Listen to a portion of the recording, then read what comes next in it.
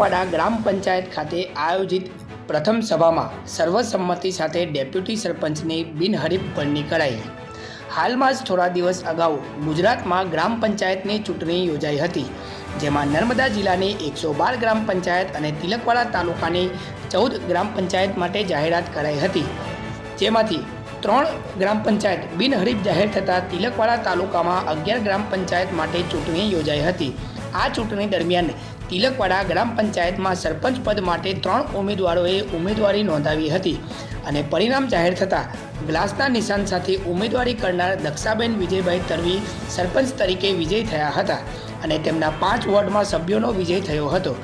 સાથે જ વાજા પેટીના 4 અને ટેબલ સાથે ઉમેદવારી કરનાર 1 સભ્યનો વિજય થયો હતો।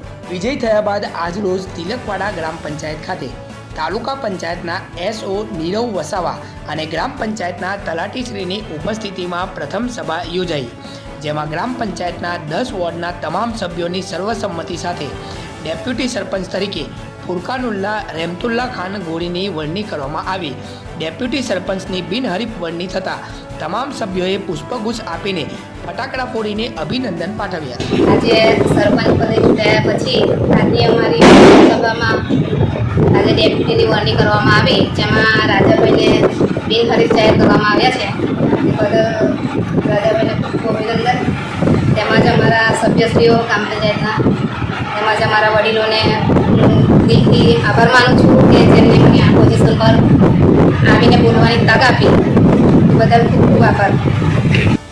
આજ રોજ ડેપ્યુટી સરપંચની ઉમેદવારી કરતા સર્વસંમતિથી તમામ સભ્યોએ મને જે ટેકો આપ્યો છે એનો ખૂબ ખૂબ આભાર વ્યક્ત કરું છું અને વધુમાં આ ગામનો જે વિકાસ કરીશું અમે તો બધા સર્વસંમતિ ભેગા થઈને કરીશું અને કોઈપણ જાતના નાદ વગર અમે બધું કરીશું કામ પાડીશું। જે બદલ આભાર વ્યક્ત કરું છું।